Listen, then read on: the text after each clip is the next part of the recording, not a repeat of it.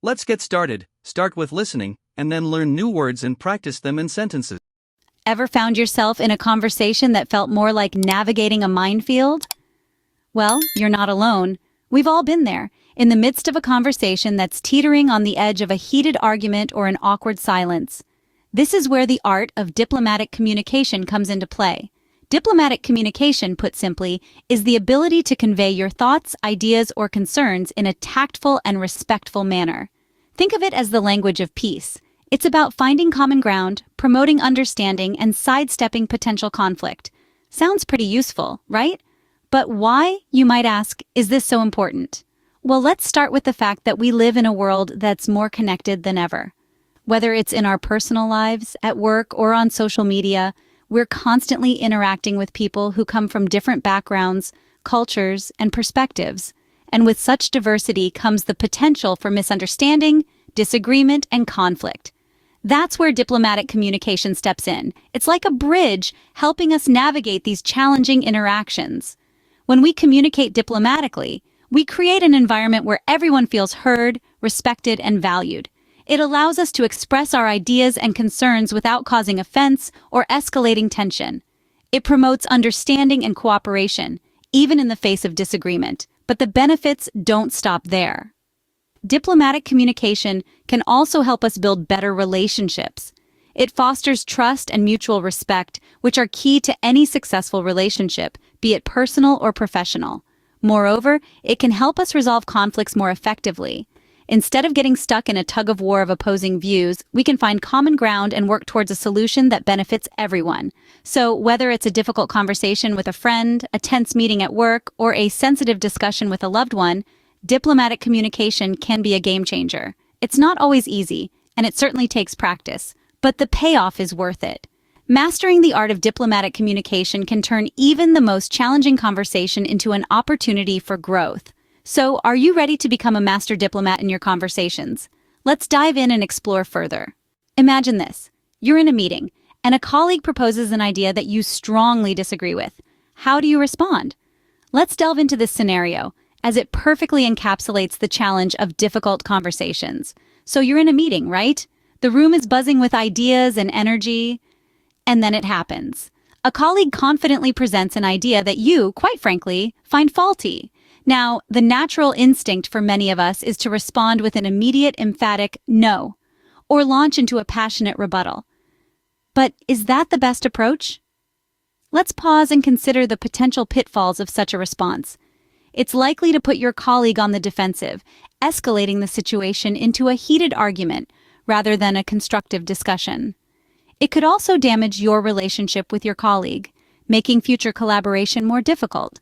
And let's not forget the impression it leaves on others in the room. It's hardly the image of professionalism and tact. So, what do? We seek a more diplomatic approach. Diplomacy, in this sense, isn't about avoiding the issue or sugarcoating your disagreement. It's about expressing your thoughts in a respectful, constructive manner that both acknowledges the other person's viewpoint and offers an alternative perspective. But how do we achieve this? It starts with pausing before responding, giving you time to formulate your thoughts and control your emotions. Then, you might begin your response with a softening statement like, "I see your point, but," or, "I appreciate your perspective, however." These phrases signal respect for the other person's ideas, even as you disagree. You might also use a modal verb for politeness, such as, "Could we consider another approach?" This invites discussion rather than shutting it down. Responding with diplomacy isn't about avoiding conflict. It's about managing it in a respectful and constructive way. And that, dear listeners, is the challenge and the art of difficult conversations. So how can you navigate difficult conversations with tact and diplomacy? Let's dive into some key techniques that will help you approach these tricky situations with grace and understanding. First up, we have the art of softening statements. This technique is about expressing your thoughts or disagreements in a way that acknowledges the other person's viewpoint. For instance, instead of saying "you're wrong," you could say, "I see your point, but have you considered this perspective?" This approach demonstrates respect for the other person's opinion, while still allowing you to express your own. Next, we have the use of modal verbs for politeness.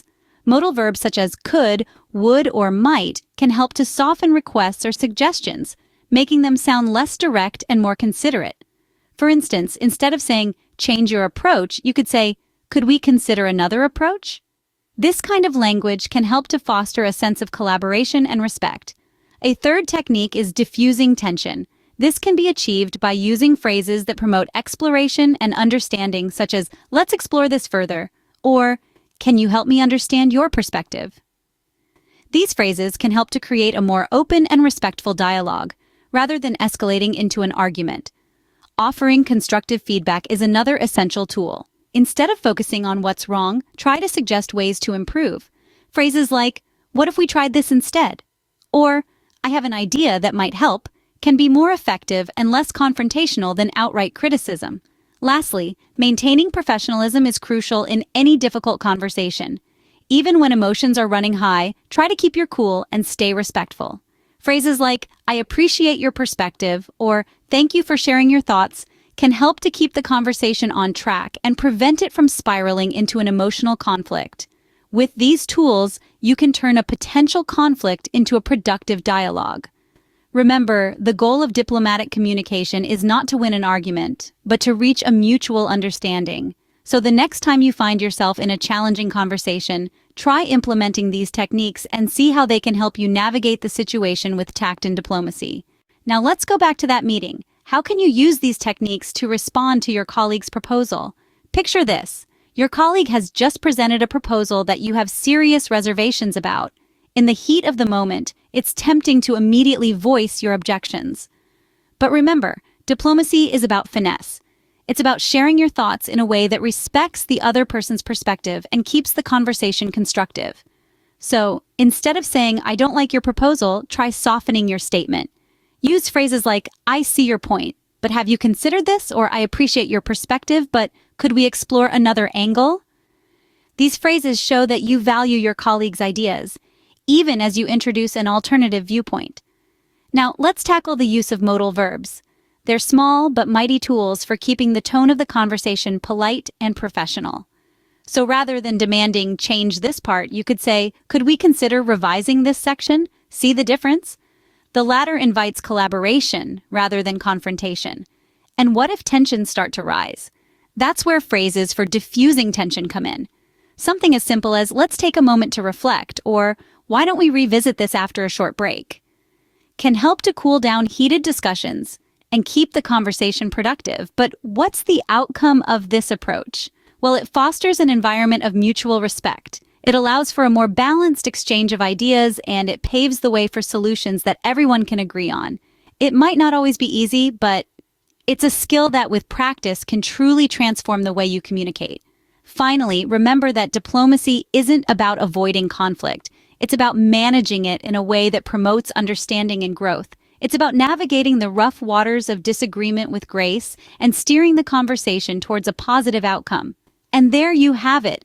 With a bit of practice, you can handle even the most challenging conversations with grace and diplomacy. Let's learn new words and practice English at level C1. Diplomatic, being tactful and sensitive in communication to avoid offending others. Example, it's important to be diplomatic when giving constructive criticism to a colleague. Rephrase, to express something in a different way, often to make it clearer or more polite. Example, if someone feels offended, you might need to rephrase your statement to clarify your intentions.